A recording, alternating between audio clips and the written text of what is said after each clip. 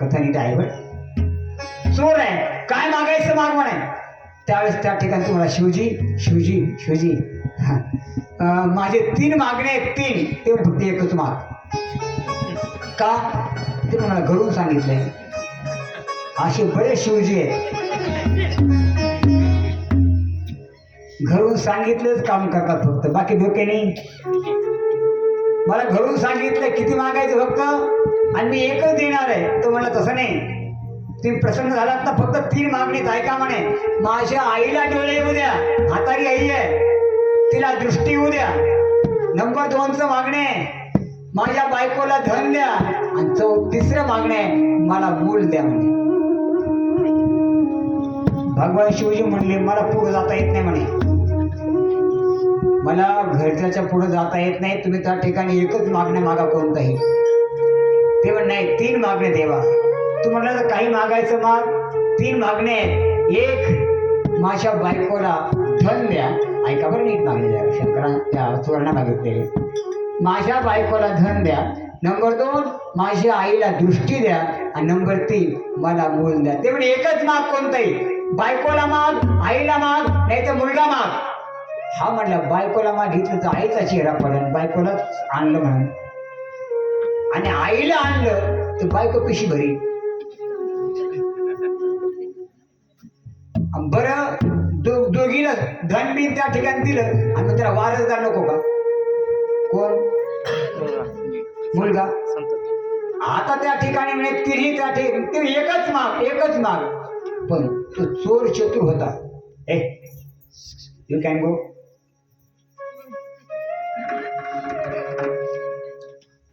ऐका, तो चोर चतुर होता.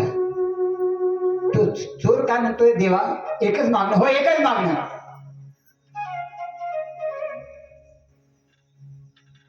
त्यानं भगवान शिवजीला मागणं मागितलं. शिवजी,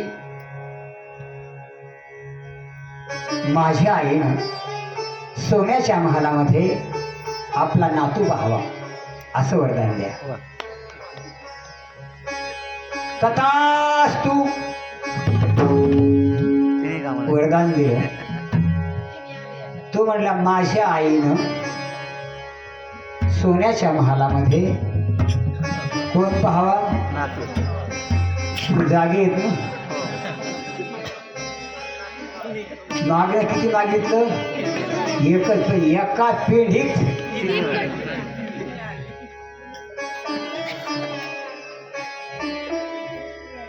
भगवान शिवजी तथास्तु म्हटले, कैलासवर गेले.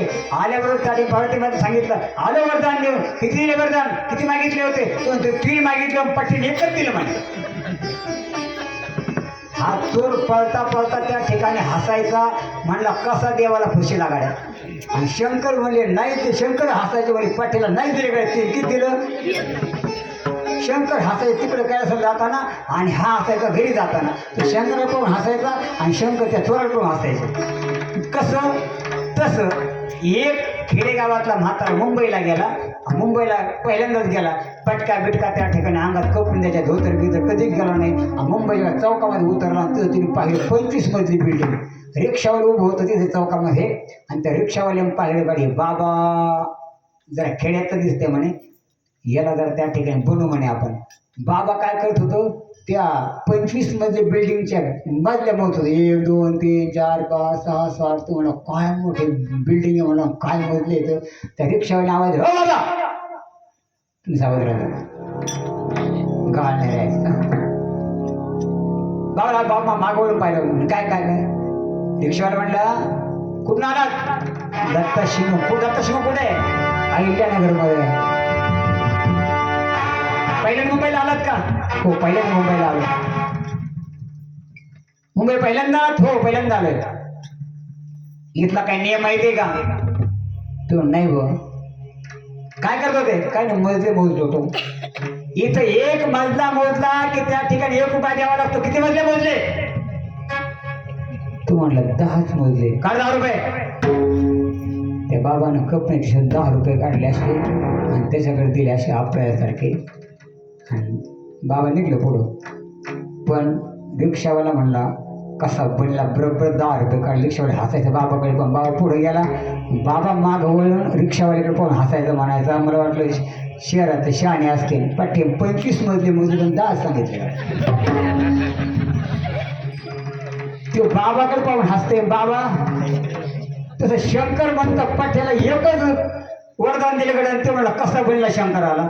एकमेकाला पण हसते दोघं. आता दोघं त्या ठिकाणी शिवजी त्या ठिकाणी कैलासामध्ये गेले, आणि कैलासामध्ये शिवजी गेल्यावर त्या ठिकाणी शिवजीने काय केलं, पार्वती मातेला सांगितलं आलं. मी आलं, दिले वरदान दिलं. काय दिलं ते 3 मागितलं ते, मग एकच दिलं पट्ट्याने.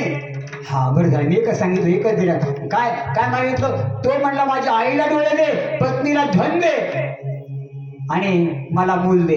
मग मी 3ही नाही दिले, मग एकच मागितलं ते दिलं. तिने काय मागितलं ते म्हणते, असं वरदान मागितलं की माझ्या आईनं सोन्याच्या महालामध्ये नातवाचं तोंड पाहावं. तिने तळा तळा तळा आपलं तोंड धुडधुड घेतलं. ते म्हणले आता याच्यात किती आले. ते किती आले म्हणजे, ते म्हणे सोन्याच्या महालात म्हणजे बायकोला सोनं झालं, आणि 2 त्याला मुलगा पाहिजे म्हणजे नातवाचं तोंड, आणि कोणी पाहावं म्हणजे आईला डोळे. ते म्हणे तुम्ही भोळेच आहेत. काय म्हटले ती, तुम्ही भोळेच आहेत, आणि हा शिवेण हा शिव बरं का, याला अनेक नाव आहेत. विश्वनाथ, विश्वाचा नाथ बरं का.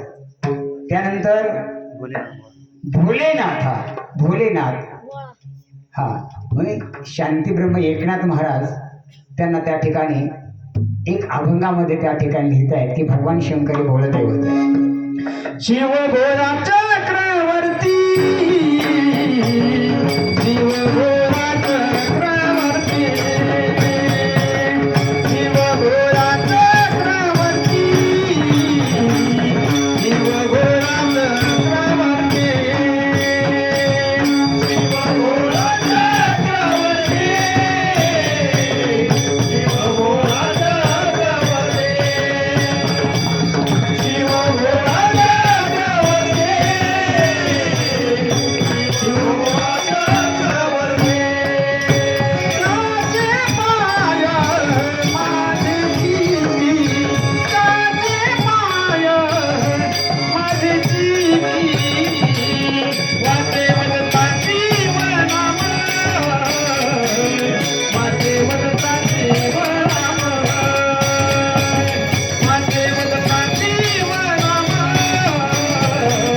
वाटे वदता जीवनाम, वाटे वदता जीवनाम, वाटे वदता जीवनाम, वाटे वदता जीवनाम, वाटे वदता जीवनाम. अयनाबादी क्रोध काम, अयनाबादी क्रोध काम, वाटे वदता जीवनाम,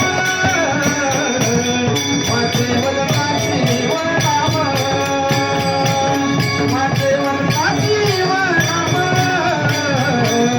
वाटे वदता जीवनाम, वाटे वदता जीवनाम, वाटे वदता जीवनाम, वाटे वदता जीवनाम, वाटे वदता जीवनाम, वाटे वदता जीवनाम.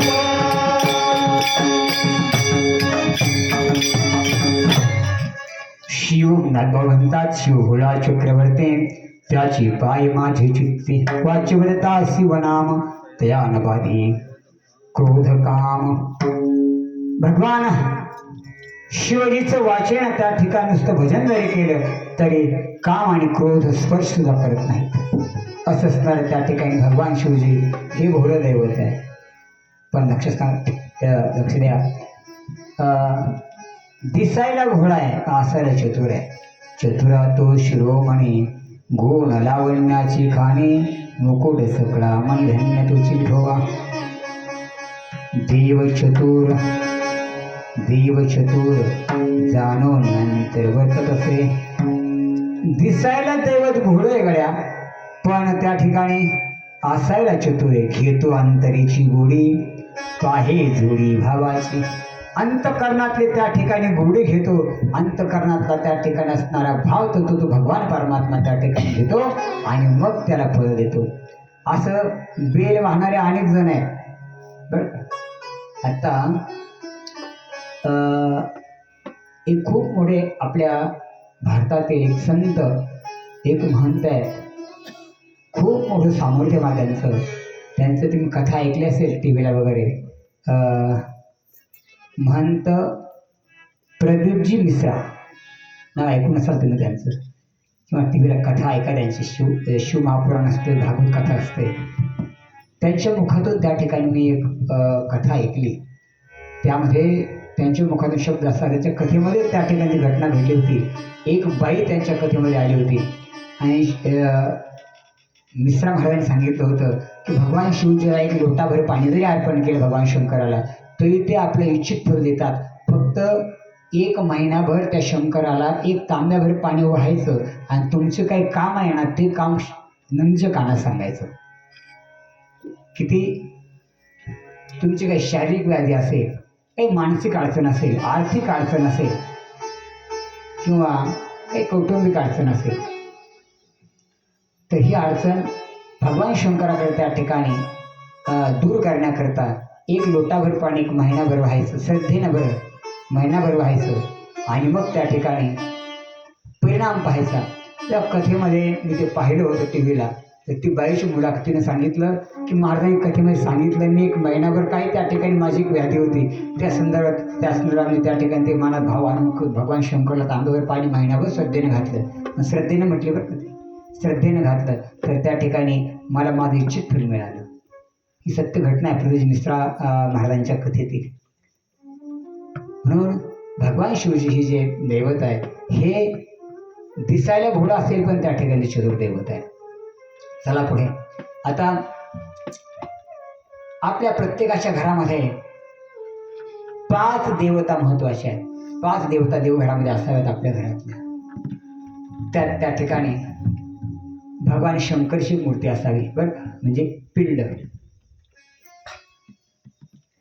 देवघरामध्ये या 5 मूर्ती मी सांगणाऱ्या त्या 5 देवता जर नसतील तर इतर देवतेची त्या 5 पैकी एक जरी देवता नसेल तर त्या ठिकाणी आयुष्यभर पूजा करा तर फळ मिळणार नाही आपल्याला.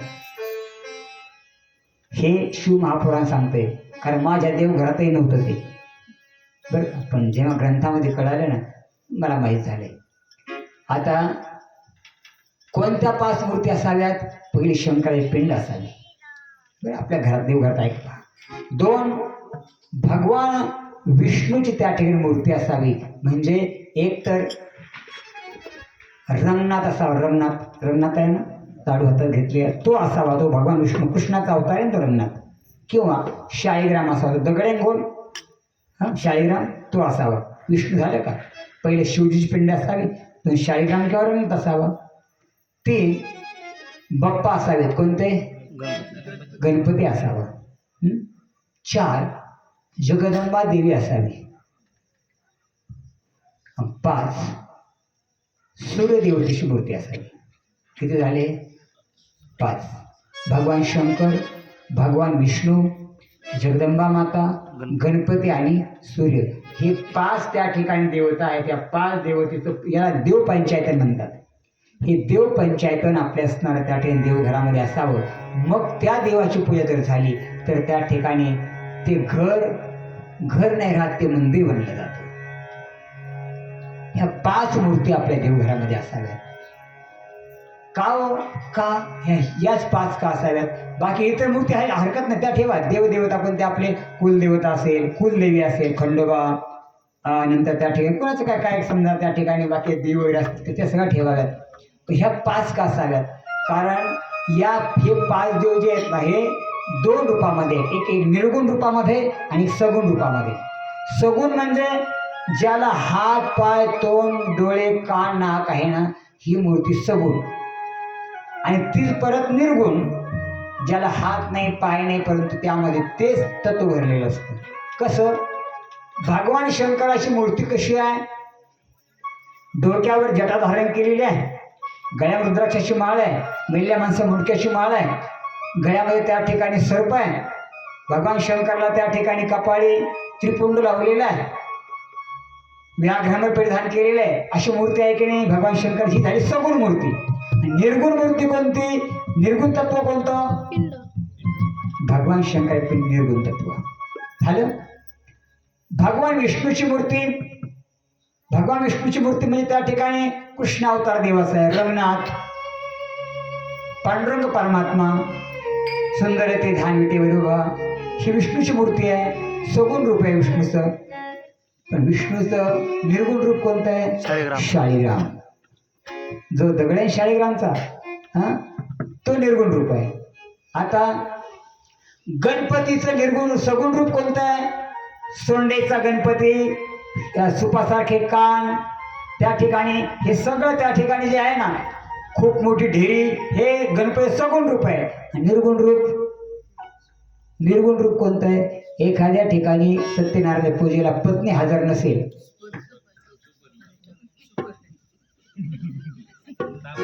हा, तुमची सुपारी पुढे पण आज दिसत नाही इथं नानाची, पतीला नाही वाटत. ऐका, आता पाटावर ब्राह्मण देवा पूजा करत असताना त्या ठिकाणी गणपती कशाचा करतात? सुपारीचा. हा, सुपारीचा. ही सुपारी गणपती निर्गुण रूप आहे. कळते माझी भाषा तुम्हाला? काय असं अवघड नाही वाटत जास्त नाही. आता सूर्यनारायणाचे, हा, जगदंबा माता राहील ना, जगदंबा मातेची त्या ठिकाणी सगुण मूर्ती जी आपण पाहतो ना, काही त्या ठिकाणी देवीची अशी जीभ बाहेर आलेली वगैरे नाही, त्या ठिकाणी हात पाय डोळे नाक नव्हते, देवीचं त्या ठिकाणी जो मुखवटा आहे ही सगुण मूर्ती आहे देवीची. पण देवीची निर्गुण मूर्ती कोणती? तांदळा. देवी तांदळा असतो ना, देवीचा तांदळा हा देवीची निर्गुण मूर्ती आहे. आणि सूर्यदेवाची त्या ठिकाणी सगुण मूर्ती ती आहे, ती एक अश्वारूढ रथारूढ झालेली मूर्ती. हातामध्ये दोर आहेत, 7 घोडे रथाला झोपलेले आहेत आणि त्या ठिकाणी रथ घेऊन सूर्यनारायण चाललेले आहे. अशी त्या ठिकाणी मूर्ती आहे ना, ती सूर्यदेवाची मूर्ती आहे. ही सगुण मूर्ती झाली. पण निर्गुण मूर्ती कोणती? सकाळी सकाळी तो जेव्हा उगवतो ना लाल प्रतिबिंब घेऊन, ही कोणती मूर्ती झाली? निर्गुण मूर्ती झाली. हा हा. मग हे सगुण आणि निर्गुण हे दोन्ही त्या ठिकाणी रूप ज्या देवाचे असे 5 देव आपल्या देवघरामध्ये असावेत, हे शिव महापुराण सांगतात. आता करा प्रयत्न, शक्य झाला आपल्याला तर कोणत्या रूपात ठेवा, काय हरकत नाही. सूर्यनारायणाची मूर्ती नाही भेटली तर त्या ठिकाणी सूर्यनारायणाकडे इकडे तिकडे त्या ठिकाणी सूर्यनारायणाची आपल्या त्या एक साधा त्या ठिकाणी धातूची मूर्ती भेटते आपल्याला, ती ठेवा, हरकत नाही. चला, मग ही असणारी भगवान शिवची मूर्ती आहे. ती मूर्ती शक्यतो पूजेमध्ये जास्त वापरत नाही. पूजा कशाची करतात? भगवान शिवजीच्या पिंडाची पूजा करतात. आणि भगवान शिवजीच्या सगुण रूपामध्ये त्या ठिकाणी सगुण असणाऱ्या त्या ठिकाणी रूपामध्ये 10:30 वाजले तास. कथा कुठपर्यंत घ्यायची? 10:30 बस का? हां, का घ्यायची पुढं 5-10 मिनिट? एक 5-10 मिनिट. हां, उद्या परत त्या ठिकाणी जास्त उशीर नको, कामाचे दिवस आहेत.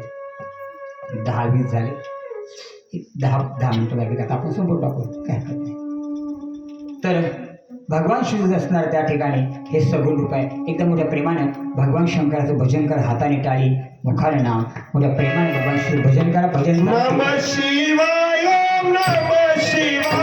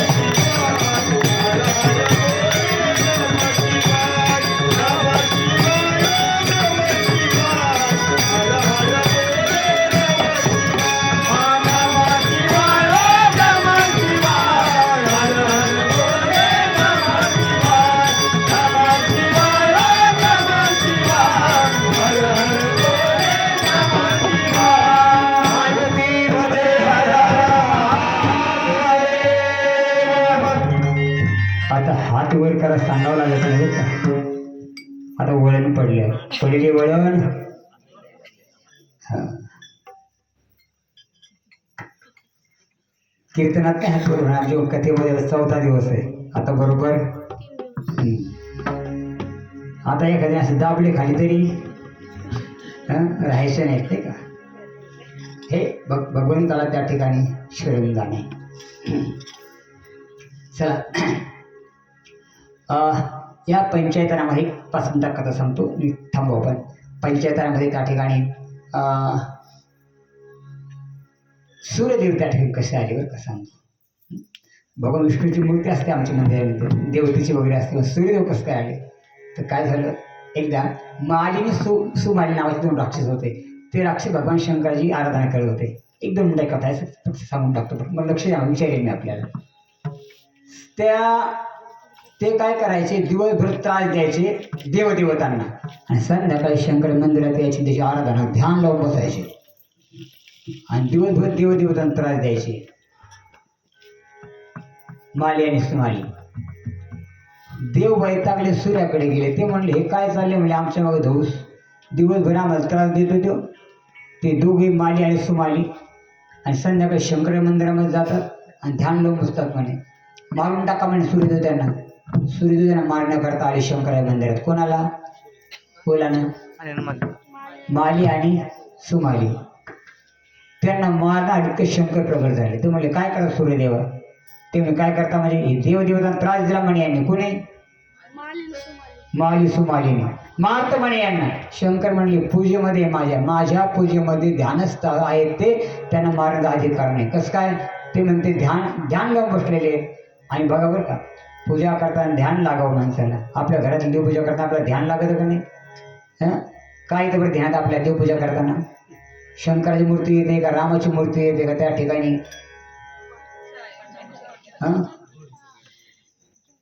काय येतं, अरे दोडके नाही, ते गेलं दोडके. आता डोक्यात माझ्या डोक्यात तोडा आला. दोडके नाही, ध्यानामध्ये त्या ठिकाणी आपल्या काय असते, चहा. हा पैसा तर असतोच ना. देवपूजा करता करता म्हणतो अरे झाला का, सुंदर ते ध्यान घेवटेवरी कर्कठेवरी ठेवण्या. तो कळला का, मग अरे कुंडले ते पैसे वळी कंठी कस्तू म्हणे विराज देवाला पुशितो. आणि मग चहा आणला का म्हणतो तुका म्हणे माझे हेची सर्व सुख. मग हाणतो. हे माली सुमाली त्या ठिकाणी जाम असे तपशीला बसले होते. सूर्यदेवाला सांगितलं अजिबात जमणार नाही म्हणे, त्याला मारायचं नाही, ते माझे भक्त आहेत. सूर्यदेव मारणार आहे म्हणे, देवाला त्रास देत आहेत ते. भगवान शिवजी त्या ठिकाणी इकडे पाहता सूर्यदेवाने त्या ठिकाणी शिरच्छेद केला दोघांचा. कुणाचा, त्या माली सुमालीचा. दोघे त्या ठिकाणी गत प्राण केले. शंकराने त्या ठिकाणी तसं शस्त्र धरलं का सूर्य शिरच्छेद केला, सूर्य मारून टाकला. झालं का, सूर्य मारला. सगळीकडे काय झालं, अंधार झाला. आणि अंधार झाल्यावर सूर्याचा कश्यप पळत आला. कश्यप ऋषी आहेत ना, त्यांचा मुलगा सूर्य आहे. सूर्यदेव तिथं कश्यपची पळत आले. सांगितलं काय केलं तू, हे काय केलंस शंकरा, काय केलंस, माझा मुलगा मारलास. शंकरजी म्हणले तो माझ्या भक्ताला मारत होता. माझ्या भक्ताला मारणारा मला देव जरी असला सण होणार नाही म्हणे. कोण म्हणतंय, माझ्या भक्ताला मारणारा ते म्हणे. अरे ते देवदेवता त्रास देत होते, ते म्हणे तिला तरी चालेल, माझ्या भक्तांना मारणाऱ्याला मी सोडणार नाही. शंकर म्हणतात, कश्यप म्हणतात माझा मुलगा जिवंत कर, माझा मुलगा जिवंत कर. भगवान विष्णू आले आणि शंकर पाय धरले. विष्णूने सांगितलं शिवजी, भोलेनाथ, विश्वनाथ, शंकरजी म्हणे अंधार झाला सृष्टीला झाडं जगायला सूर्यप्रकाश कारणीभूत होते, माणसं जगायला सूर्यप्रकाश कारणीभूत होते, जीवसृष्टी सगळी त्या ठिकाणी जगण्याकरता सूर्यप्रकाश कारणीभूत आहे. त्या ठिकाणी सूर्याला जिवंत करा हे विष्णूने सांगितलं शंकराला. मग त्यांची विनंती ऐकली आणि सूर्यदेवाने त्या ठिकाणी त्या शंकराने सूर्यदेवाला जिवंत केलं. पण कश्यपाला राग आला होता, मुलगा मार. कश्यप म्हणला शंकरा, तुझ्या हाताने माझा मुलगा मारला ना, मला काय दुःख झालं ते तो मेला होता तेव्हा ते मलाच माहिती आहे. तुला शाप देतो, तुझ्या हातून तुझा मुलगा मरण म्हणे. तुझ्या मुलाचं मुलगा तोडशील, माझ्या मुलाला तोडलंच ना. हा कश्यपाचा शाप होता. शंकरानं आपल्या मुलाचं मुंडकं तोडलं. कुणाचं? हा शाप कोणाचा होता? त्याला कळलं नाही का आपला मुलगा आहे म्हणून शंकर आला. गणपतीचं शिर तोडताना कळलं नव्हतं का? कळलं होतं, पण शाप कोणाचा होता? कश्यपाचा शाप पूर्ण करण्याकरता त्या ठिकाणी त्याला भगवान शंकर गेले कुठं? कैलासामध्ये. भगवान शंकर कैलासामध्ये त्या ठिकाणी निघून गेले. माली आणि सुमाली जे आहेत ते त्या ठिकाणी माली आणि सुमाली हे त्या ठिकाणी निघून गेले. परंतु त्या ठिकाणी भगवान श्रीने सांगितले माली सुमालीला, तुम्ही जसे भक्त आहात तसे हे 33 कोटी देव सुद्धा माझे कोण आहेत? भक्त आहेत. त्यांना त्रास देऊन त्या ठिकाणी माझी भक्ती ही त्या ठिकाणी उचित भक्ती नाही. त्यामुळे त्या ठिकाणी त्यांना त्रास देऊ नका. माली आणि सुमालीने त्या ठिकाणी भगवान शंकर त्या ठिकाणी ऐकलं. सज्जनो, एक लक्षात ठेवायचे, आता आपली कथा या ठिकाणी पूर्णविराम घेते, पण तत्पूर्वी एक गोष्ट आपल्याला सांगणार आहे की कथा ऐकून घरी गेलो ना आपण, बरं का, कथा जे सांगितलं ना त्याचं चिंतन करत चला. सकाळी उठलं की भगवान परमात्म्याचं चिंतन करताना त्या ठिकाणी रात्री आपण काय ऐकलं याचं चिंतन करा. देवपूजा करत असताना भगवान शिवजीचं त्या ठिकाणी किंवा रामाचं दत्त भगवंताचं त्या ठिकाणी नाम घेत चला.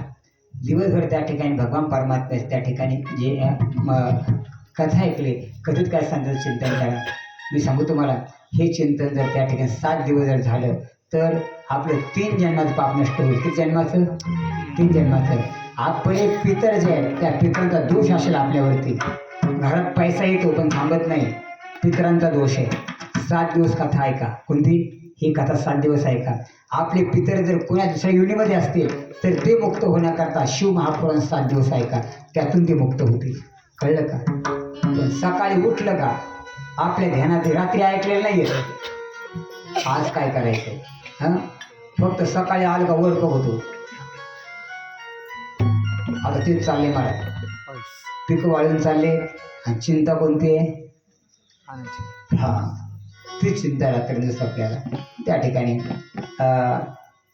भगवान परमात्म्याचं त्या ठिकाणी चिंतन केलं तर त्या ठिकाणी त्याला आपली चिंता लागेल. कोणाला?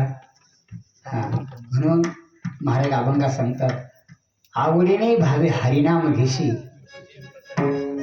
तुझी चिंता त्याशी सर्व आहे. नको खेद करू कोणत्या गोष्टीचा, पती लक्ष्मीचा जाणत असे. भगवान परमात्म्याचं नामचिंतन त्या ठिकाणी करा, त्याला तुमची चिंता लागणार आहे. कथा ऐकणं, देवाचं नामस्मरण करणं हे त्या ठिकाणी त्या असणाऱ्या त्या भगवत प्राप्ती त्या ठिकाणी साधन आहे. आणि एक मुद्दा त्या ठिकाणी दादा सांगून जाईन आपल्याला.